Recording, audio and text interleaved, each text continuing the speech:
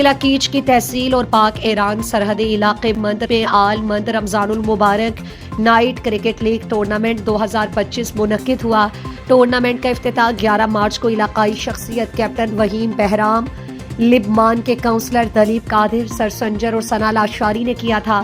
Tournament انتظامیہ کے مطابق اس کے انعقاد میں مند کیچ کی رہائشی اور صوبائی مشیر برائے اسپورٹس اور امور نوجوانان مینا مجید بلوچ نے مکمل تعاون کیا۔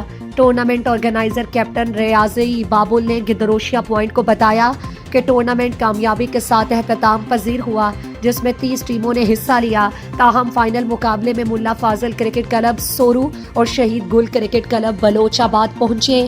28 مارچ کو ہونے والے فائنل میچ میں ایک دلچسپ مقابلے کے بعد شہید گل کرکٹ کلب نے 3 وکٹوں کے نقصان پر فتح حاصل کر کے ٹرافی اپنے نام کر لی۔ اسماعیل مجیب نے شاندار بیٹنگ کا مظاہرہ کیا۔ ٹورنامنٹ کے انتظامات کی نگرانی آرگنائزر ریاض بابل نے سر انجام دی۔ فائنل میچ کے مہمان خصوصی وحیم بہرام، عنایت سلیم، ماسٹر احد مسعودی، جہاں زیب اور دیگر معززین نے کھلاڑیوں میں انعامات تقسیم کیے۔